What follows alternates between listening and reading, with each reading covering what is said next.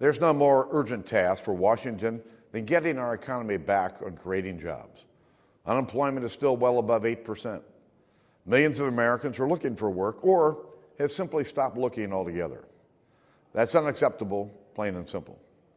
Republicans have, as promised, focused all year on our plan to remove government-made barriers to job creation. In all, 27 bipartisan House-passed jobs bills are now waiting for a vote in the Democrat-run Senate. One of those initiatives is the REINS Act, passed just a few days ago. It would require Congress to review any new regulation that has a major impact on the economy. Nearly 3 years ago, President Obama promised a stimulus plan with a promise that it would keep unemployment below 8%. Well, it didn't work.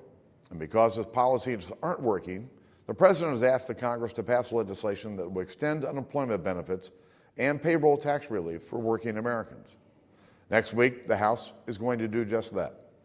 To help Americans who are struggling in the current economy, we'll act on a jobs bill that extends payroll tax relief, extends and reforms unemployment benefits, and cuts government spending.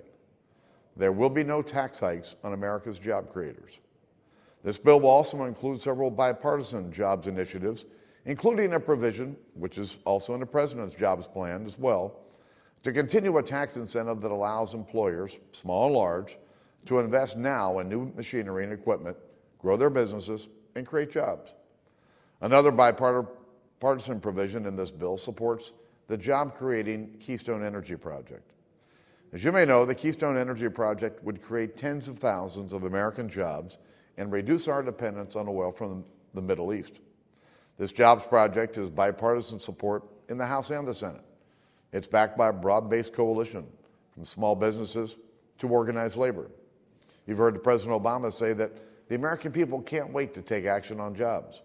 Well, the Keystone Energy Project is the very definition of an idea that the American people can't wait for Washington to take action on.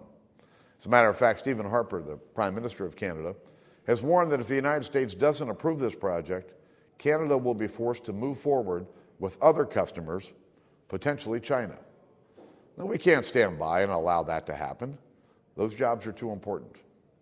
Unfortunately, the president wants to put off a decision on the Keystone Project until after next year's election. Not only that, he now says that he'll reject the House's jobs bill if it includes support for this project. Now, this is no time for the same old my way or the highway theatrics. It's no secret that Democrats and Republicans often disagree about the best way to create jobs.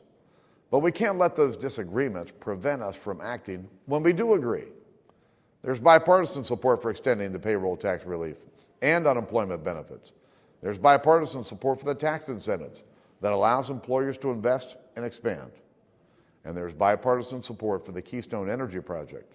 We should get these things done. As the president has said, the American people can't wait for action on jobs. At a time when they're still asking the question, where are the jobs? The Keystone Energy Project is a bipartisan proposal that the president ought to support. Next week, the House will act to do the right thing for jobs and economic growth. We remain ready to work with the president and find common ground, which is what the American people expect and deserve. Merry Christmas, and thanks for listening.